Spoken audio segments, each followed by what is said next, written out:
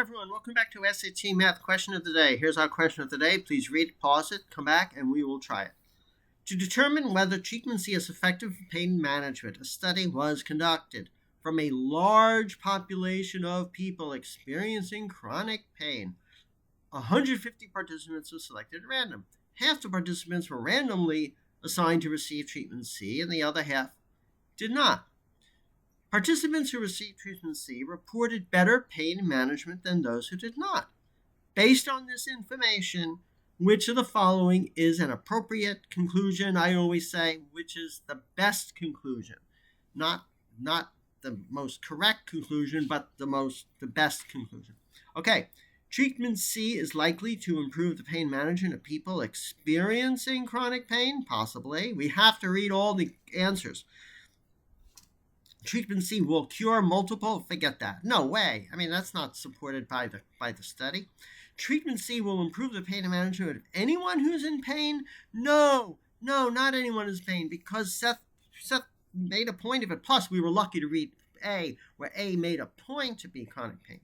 Very important. Okay, so far we're on this one, right? D, treatment C improves pain management more than the other available treatments. No way. That's not supported by the study. So this looks like relatively straightforward, common sense. It looks like A would be the answer. Yeah. I mean, best way to learn these problems is to do a lot of these on Khan, which we'll talk about in a moment about how to approach studying for the SAT. But it seems like A would be the answer. Seth, you've said nothing so far, which is very uncharacteristic. Well, I agree with what you said, though I do not see the full question. You don't? Oh, no, not again. Again, it is again, yes. Well, we're not, but... I believe you. You read it. It sounds plausible. Yeah, okay, so I read all the choices. So you agree that the best choice is treatment C is likely to improve the pain management of people. I trust you, bro. Thanks, Seth. Okay, but next time, we are having problems with our computers like everyone does. So without any further ado, why don't we just say that's the end. Let's just clear all the drawings. And then go to A and see if they get the same thing we do. Yes, they do. Okay, now let us get a hint for the problem. Well, actually, they describe these things. They say why the other answers aren't right. Now, you don't see anything? You don't see what... You don't see... Here, maybe we can make it a little smaller. Now is it...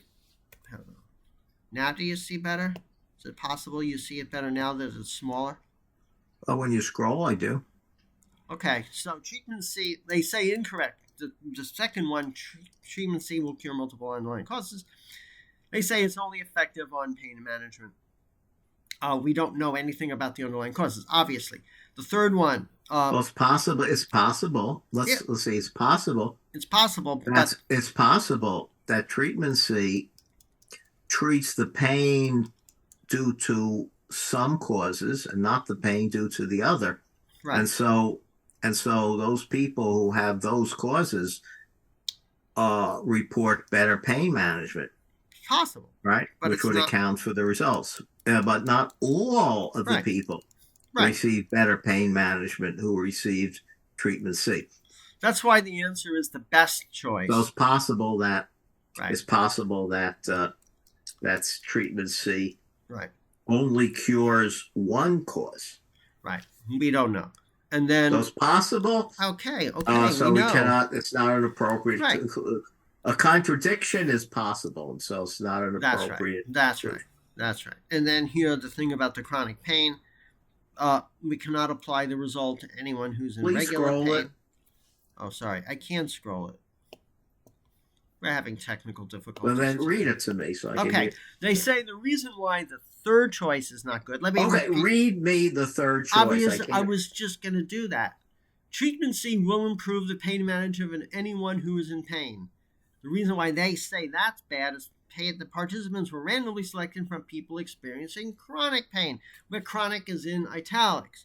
So we cannot apply the results of the study to the people experiencing pain that isn't chronic. We already talked about this. And the choice D, treatment C improves the pain management more than all the other available treatments. They say the study did not include all available treatments, so no conclusion can be drawn about the relative effectiveness of all available treatments, and they put relative effectiveness in italics.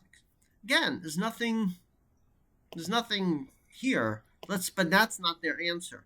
Their answer, well, I hate to read it. I mean, people can see it on the internet. It's just painful to read it, Seth, to you. But Well, take some treatment C. Right, treatment C, right.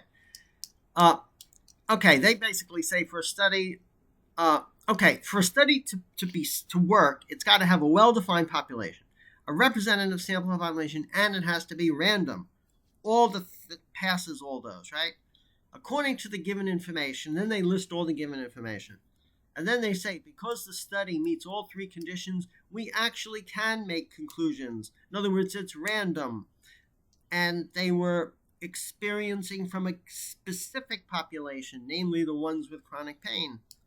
And the people given the treatment were also random. So it passes all three tests. It looks like a good study. So then they conclude at the end, treatment C is like then they say since the population is people experiencing chronic pain and the study participants who received treatment C reported better management, we can conclude that treatment C is likely to improve the pain management of people experiencing chronic pain. Done. Case closed. Are we done? Yes. Okay, and tomorrow we have to make sure you can see the whole screen. Okay, everyone, sorry for the painful computer stuff, but you get the point. So, yes, who are we? Hey, Seth. Seth's a PhD in math from MIT. He's been a professor at SUNY Albany teaching computer science. He's now retired, a professor emeritus. I'm Seth's brother, and I have a PhD in mechanical engineering. And we are here to hopefully offer different approaches to the SAT math questions. You could see that this one, that you read it and you just have to use some common sense. In terms of studying for the math SAT, a good approach is to go to Khan Academy because they partner with the SAT people, and they have two courses, the non-digital and the digital courses, where they have hundreds of questions, and they have topics like this, and you can practice on these questions till you get really good at them and get familiar with them, and then you are ready to take the math SAT. Okay, and if you have any specific SAT math questions, please email them to us at satmathquestionoftheday@gmail.com, and we hope to see you when we meet, which is hopefully daily. Bye-bye.